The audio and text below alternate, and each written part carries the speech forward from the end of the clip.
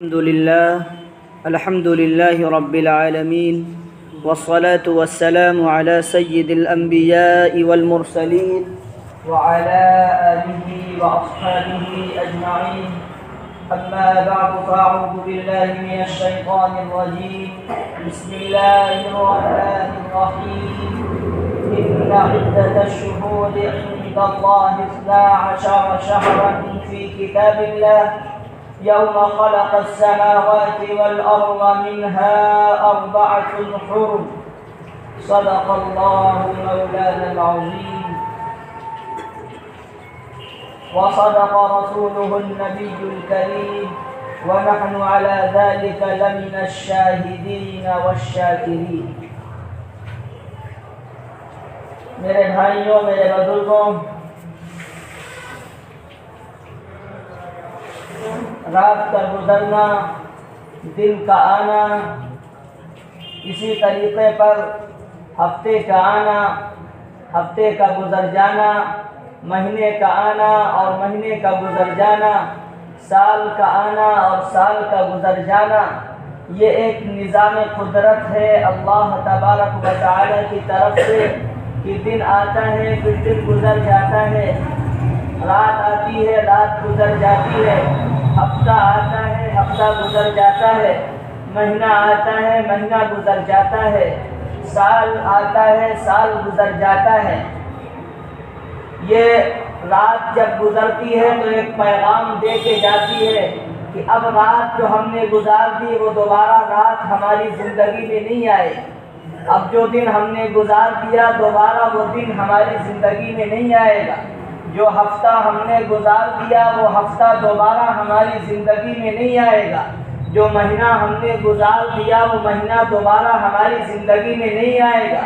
جو سال ہم نے گزار دیا وہ سال دوبارہ ہماری زندگی میں نہیں آئے گا.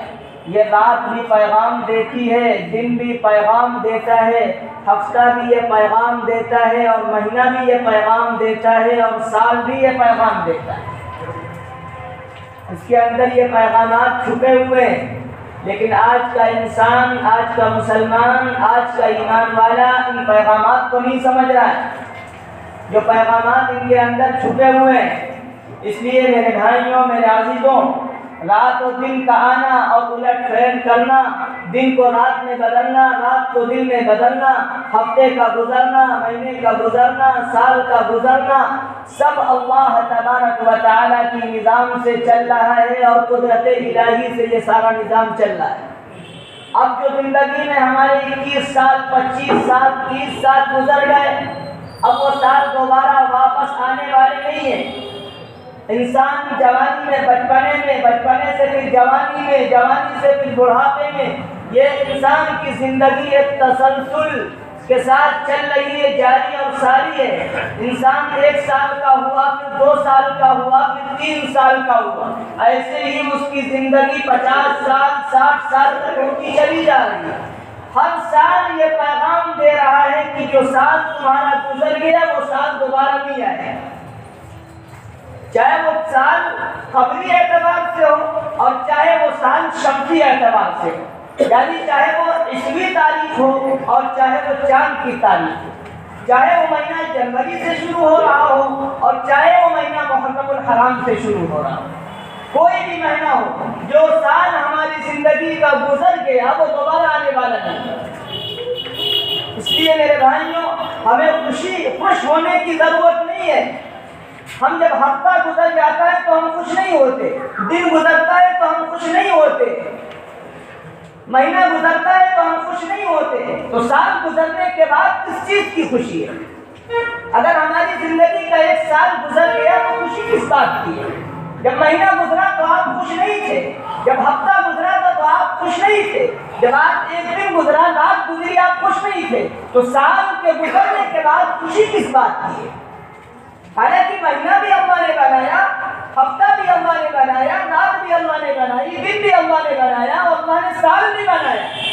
تو سال کے گزرنے کے بعد کس بات کی خوشی ہے؟ حالانکہ 12 مہینے کوئی آج کی نہیں تاریخ نہیں، کوئی یہود اور نصارہ نے 12 مہینے نہیں بنائے، بلکہ اللہ تعالیٰ نے قرآن کریم میں اس کو واضح کر دیا ہے ان عدت الشهور عند الله 12 شهرا في كتاب الله يوم خلق السماوات والارض منها 4 حرم. فرمایا اللہ تبارک و تعالیٰ کہ مہینوں کی تعداد اللہ تعالیٰ نے 12 بنائی. مہینوں کی تعداد اللہ نے 12 بنائی. اور کس دن بنائی؟ جس دن اللہ تبارک و تعالیٰ نے آسمان اور زمین کو پیدا کیا تھا اسی دن اللہ تعالیٰ نے مہینوں کی تعداد 12 بنا دی تھی کہ 12 مہینے.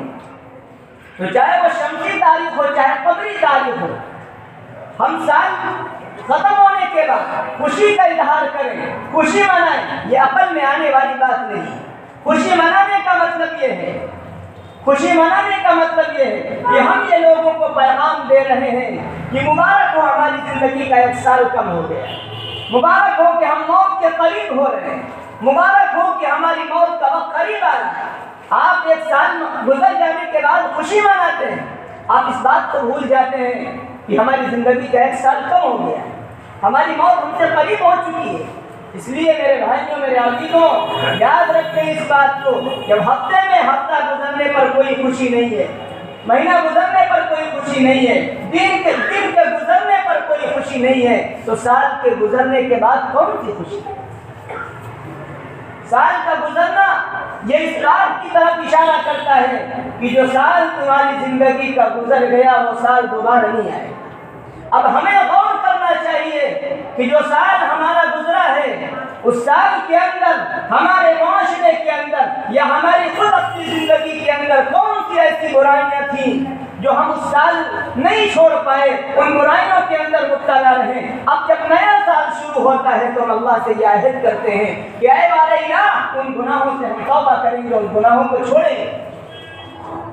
یہ چیز اصل ہے، چاہے وہ اسلامی مہینہ ہو اور چاہے وہ عیسوی مہینہ ہو. مہینے سب اللہ کے بنائے ہوئے ہیں، چاند بھی اللہ کا بنایا ہوا، سورج بھی اللہ کا بنایا ہوا. وہ بات الگ ہے کہ چاند ہمارے یہاں اسلامی مہینہ ہے، یعنی محرم الحرام ہمارے یہاں اسلامی مہینہ ہے، اور عیسوی تاریخ دوسرے مذاہب کی نشاندہی کرتی. حالانکہ بہت سی چیزوں کا ہمارے یہاں تعلق بھی سورج کی تاریخ سے یعنی عیسوی تاریخ سے طے ہوتا ہے. تو اس اعتبار سے اس کو برا نہیں کہا جا سکتا، لیکن یہ بات کہی جاتی ہے کہ اس چیز کی مبارکباد دینا اور اس رات میں خرافات مچانا اور واویلا کرنا اور طرح طرح کی فضول چیزیں کرنا جس کا تعلق نہ شریعت سے ہے، نہ اسلام سے ہے، نہ حضور پاک صلی اللہ علیہ وسلم کی تعلیمات سے ہے. اور یہ کوئی دوسرا نہیں کر رہا ہے، دوسرا کرے تو ہمیں کوئی افسوس نہیں، اس لیے کہ انہوں نے محمد رسول اللہ کو رسول نہیں مانا ہے. ان کا ایمان قرآن پر نہیں ہے، ان کا ایمان اللہ پر نہیں ہے، ان کا ایمان توحید پر نہیں ہے، ان کا ایمان فرشتوں پر نہیں ہے. اگر وہ کوئی کام کرتے تو ہمیں کوئی دقت نہیں، ہمیں کوئی پریشانی نہیں. یہ کام وہ کرتا ہے جس نے قرآن کو بھی مانا ہے، جس نے رسول کو بھی مانا ہے، جس نے اسلام کو بھی مانا ہے، جس نے دین کو بھی مانا ہے. وہ کام جب یہ کرتا ہے تو یہ بات حلق کے نیچے نہیں اترتی، دل کو تکلیف ہوتی ہے کہ آج کا مسلمان یہ کر رہا ہے. اسی لیے بیان میں بعض حضرات کہتے ہیں کہ آج کی جو جنریشن چل رہی ہے، آج کا نوجوان جو ہے یا آج کل کے جو لوگ ہیں، ان کو کون سا نام دیا جائے؟ ان کو مسلمان کہا جائے، ان کو ایمان والا کہا جائے. اگر ان کو مسلمان کہا جائے تو صحابہ کو کس نام سے یاد کیا جائے؟ صحابہ کو کیا کہا جائے؟ اگر ان کو مسلمان کہا جائے تو تابعین کو کیا کہا جائے؟ اگر ان کو مسلمان کہا جائے تو اسلاف اور بزرگان دین کو کیا کہا جائے؟ اگر اس کو مسلمان کہا جائے تو صحابہ کے لیے کوئی نام اور لانا پڑے گا، تابعین کے لیے کوئی نام اور لانا پڑے گا، حضرات بزرگان دین کے لیے کوئی نام اور لانا پڑے گا. اس لیے کہ مسلمان تو حقیقت میں صحابہ کرام رضوان اللہ تعالی علیہم اجمعین تھے، جن کی ایک ایک زندگی، ایک ایک لمحے کا وقت حضور پاک صلی اللہ علیہ وسلم کی سنت کے مطابق اور اللہ کے احکام کے مطابق گزرتا تھا، اور انہوں نے اپنی زندگی ہی اسی لیے لگا دی. تو اگر ہم اور آپ مسلمان ہیں تو صحابہ کون تھے؟ ان کے لیے تو الگ سے نام لانا پڑے گا. بزرگان دین اور تابعین اور اسلاف کیا تھے، ان کو کیا نام دیا جائے؟ اس لیے میرے بھائیوں، میرے عزیزوں، افسوس اسی بات کا ہے، رونا اسی بات کا ہے کہ آج کا مسلمان وہ سب خرافاتیں کر رہا ہے جو غیر کیا کرتے، جو غیر کیا کرتے. کرتے تھے۔ جو عیسائیت میں، یہودیت میں جو چیزیں پائی جاتی تھی وہ ہمارے معاشرے میں، ہمارے کلچر میں داخل ہیں، ہمارے گھروں کے اندر وہ چیز آ چکی ہے۔ رونا اسی بات کا ہے، آج ہمارے اپنے بچوں سے، اپنے گھر والوں سے جن کا تھوڑا بہت دینی تعلق ہے، دینی لگاؤ ہے، ان کی بات میں نہیں کر رہا ہوں۔ عموماً وہ لوگ جو انگلش میڈیم اسکول میں پڑھ رہے ہیں اور جن کا تعلق تعلیم وغیرہ سے نہیں ہے، دین سے وابستہ نہیں ہے، ان سے آپ پوچھیے اسلام کا نیا سال کب سے شروع ہوتا ہے؟ ذرا آپ پوچھ لیجیے ان سے، انہیں نہیں معلوم۔ ہم یہ نہیں کہہ رہے ہیں، لیکن اسلامی تاریخ کا جاننا فرض کفایہ ہے۔ ایسا تھوڑی ہے کہ اسلامی تاریخ غلطی گئی ختم۔ اسلامی تاریخ کا جاننا فرض کفایہ کا مطلب یہ ہوتا ہے اگر چاند کی تاریخ کوئی بھی نہ یاد رکھے تو سب گنہگار ہوں گے۔ جیسے کہ جنازے کی نماز فرض کفایہ ہے کہ اگر کوئی بندہ بھی جنازے کی نماز نہیں پڑھتا تو پورا محلہ گنہگار ہوتا ہے۔ ایسے ہی چاند کی تاریخ کا جاننا فرض کفایہ ہے۔ کچھ لوگ اگر چاند کی تاریخ جانتے ہیں تو سب کی طرف سے ادا ہو جاتا ہے، لیکن ہمارے بچے، ہمارے نوجوان اسلامی تاریخ کو نہیں جانتے، وہ جنوری کو جانتے ہیں۔ جنوری کو جاننا کوئی برا نہیں ہے، لیکن جنوری سے پہلے اسلامی تاریخ کا جاننا ضروری ہے۔ آپ اسلامی تاریخ کو جانیں، محرم الحرام کو جانیں، اور آج کے دن، آج کی رات میں جو خرافاتیں ہوتی ہیں وہ ہم میں سے مسلمان اور کلمہ پڑھنے والے، قرآن کو ماننے والے، اللہ پر ایمان رکھنے والے کرتے ہیں۔ افسوس اس بات کا ہے۔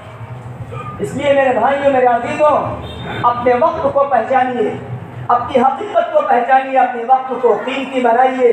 جو وقت گزر گیا وہ دوبارہ ہاتھ نہیں آئے۔ آپ یہ نہ سمجھیے ہم کیک کاٹ رہے ہیں اور ہم مبارکبادی دے رہے ہیں۔ پہلی بات، مبارکبادی کا تعلق اسلام سے ہے ہی نہیں۔ مبارکبادی صرف عید اور بقر عید کی، اس کے علاوہ کوئی مبارکبادی نہیں۔ اس کے علاوہ کوئی مبارکبادی اسلام میں ثابت ہی نہیں ہے، شریعت میں ہے ہی نہیں۔ بقرعید کی مبارکباد، بقر عید کی مبارکباد، اس کے بعد کوئی مبارکبادی نہیں۔ آپ اس سال کی مبارکباد دینے آئے جس کے ذریعے سے آپ کے زندگی کا ایک سال کم ہو چکا ہے، آپ موت کے قریب ہو چکے ہیں، اس کی مبارکباد آپ دے رہے ہیں۔ ابھی کوئی جیل جا رہا ہو، اس سے آپ نے ماشاءاللہ ایک سال کے بعد آپ جو ہے جیل جائیں، یہ مبارکبادی کی بات ہے۔ یہ تو ہمیں رونے کی بات ہے کہ اللہ ایک سال ہم نے گزار دیا، وہ گناہوں میں گزرا تھا، اللہ جو سال شروع ہو رہا ہے اس کو ہم نیکیوں میں گزاریں، اس کو اللہ کے حکموں میں گزاریں گے، اس کو نبی پاک صلی اللہ علیہ وسلم کے طریقے پر گزاریں گے۔ ہم نے جو سال گزارا اللہ خرافاتوں میں گزار دیا، ہمیں اتنا دینی شعور نہیں تھا، اتنی دینی بیداری ہمارے اندر نہیں تھی، ہمیں نہیں معلوم تھا کہ اسلامی سال کا جشن منانا، ہمیں نہیں معلوم تھا نئے سال کا جشن منانا، نئے سال کی مبارکباد دینا یہ چیز صحیح نہیں ہے، ہمیں نہیں معلوم تھا۔ مبارکباد دینا اگر اس طرح دیا جائے کہ اللہ تمہارا، ہم تم کو مبارکباد دیتے ہیں کہ تمہارا سال خیر سے گزرے، اچھائی سے گزرے، برائیوں سے آپ پاک رہیں، اچھائیوں سے آپ لبریز رہیں، اچھائیاں آپ کرتے رہیں، برائیوں سے آپ دور رہیں، اس معنی پر تو صحیح ہو سکتا ہے۔ لیکن ہمارے یہاں نئے سال کے موقع پر جو خرافاتیں ہوتی ہیں، ہمارے معاشرے میں ہمارے نوجوان جو خرافاتیں کرتے ہیں، ان خرافاتوں کے لیے بات کہی جا رہی ہے، اس کا تو کوئی ثبوت نہیں ہے، اس کی تو کوئی اصلیت نہیں ہے۔ اسی لیے میں نے کہا کہ آج کے نوجوانوں کو، آج کے مسلمانوں کو مسلمان کہا جائے کہ نہ کہا جائے۔ اگر ان کو مسلمان کہا جائے تو صحابہ کا نام بدلا جائے۔ صحابہ کیا کہتے؟ صحابہ اگر مسلمان تھے تو آج کا مسلمان مسلمان نہیں ہے، اگر تابعین مسلمان تھے تو آج کا مسلمان مسلمان نہیں تھے، اگر اسلاف و اکابر اور بزرگان دین مسلمان تھے تو آج کا مسلمان مسلمان نہیں ہے۔ اس لیے کہ صحابہ کی تاریخ موجود ہے، صحابہ کی زندگیاں کتابوں میں موجود ہے۔ کسی صحابی سے یا حضور پاک علیہ السلام کی زندگی 63 سالہ موجود ہے۔ آپ کی زندگی میں، صحابہ کی زندگی میں، تابعین کی زندگی میں کبھی نئے سال کی مبارکباد دی گئی ہو، نئے سال کی مبارکباد دی گئی ہو اور نئے سال کے بارے میں جشن منایا گیا ہو، یہ تمام خرافاتیں کی ہوں جو آج کا مسلمان کر رہا ہے۔ اگر یہ ثابت ہو جاتا ہے تو ہم مسلمان ہیں، اور اگر ثابت نہیں ہوتا ہے تو صحابہ مسلمان تھے، ہم مسلمان کہلانے کی ولایت نہیں، مسلمان کہلانے کے مستحق نہیں ہے۔ بات سمجھیے میرے بھائی کہ باریک بات ہے، ہمیں سمجھنا پڑے گا ہم کہاں پہنچ چکے ہیں، اللہ کے رسول ہم کو کہاں چھوڑ کے گئے، اللہ کے رسول دین کی کس سطح پہ چھوڑ کے گئے تھے۔ اللہ کے رسول صلی اللہ علیہ وسلم دنیا سے جب گئے تو اسلام کس حال میں تھا، مسلمان کس حال میں زندگی گزار رہے تھے۔ آج مسلمان کہاں پہنچ چکا ہے، ذلت کی کگار پر پہنچ چکا ہے، ذلت کی انتہائی درجے پر مسلمان پہنچ چکا ہے، لیکن ہمیں یہ خیال تک نہیں آتا کہ مسلمان یہاں پہنچا کیسے۔ جو قوم اپنی حقیقت کو بھول جاتی ہے، جو قوم دوسروں کی نقالی شروع کر دیتی ہے، جو قوم دوسروں کے مذاہب اختیار کرنا شروع کر دیتی ہے، دوسروں کے طور و طریقے اختیار کرنا شروع کر دیتی ہے، وہ قوم کبھی باقی نہیں رہتی، وہ قوم ذلیل اور رسوا ہوا رہتی ہے۔ وہی حال ہے ہمارا آپ کا۔ اس لیے میرے بھائیوں، میرے عزیزوں، اس موقع پر سب سے اہم بات اور سب سے اہم پیغام یہی ہے کہ ایمان والا اس بات کو سامنے رکھے، جو ہمارا پرانا سال گزر گیا، لیکن اب جو شروع ہوگا، انگریزی سال جو شروع ہو رہا ہے، اس سے یہ عزم کرے کہ اے اللہ، جو ہماری برائیاں ہوتی تھیں، جو ہم نمازیں چھوڑتے تھے، جو ہم نیک کام چھوڑتے آئے ہیں، گناہوں میں پھنسے تھے، اے اللہ ہم نہیں کریں گے۔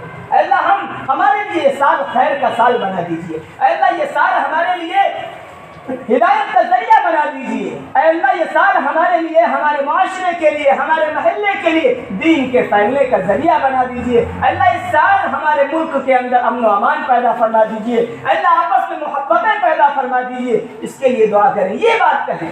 اور دوسری چیز یہ ہے، یہ دوسرا بڑا اہم پیغام یہ ہے کہ ہم اس موقع پر یہ بات دل میں بٹھا لیں، اس موقع پر یہ بات ہم دل میں بٹھا لیں کہ ہمارے نوجوان اور ہمارے مسلمان، ہمارے ایمان والے جو یہاں بیٹھے ہوئے ہیں، یہ بات کا عزم کریں کہ ہم لڑکیوں کو انہی اسکول میں بھیجیں گے جہاں صرف لڑکیاں پڑھتی ہیں، لڑکیوں کو انہی اسکول میں بھیجیں گے جہاں صرف لڑکیاں پڑھتی ہیں، اور لڑکوں کو ان اسکول میں بھیجیں گے جہاں لڑکے پڑھتے ہیں۔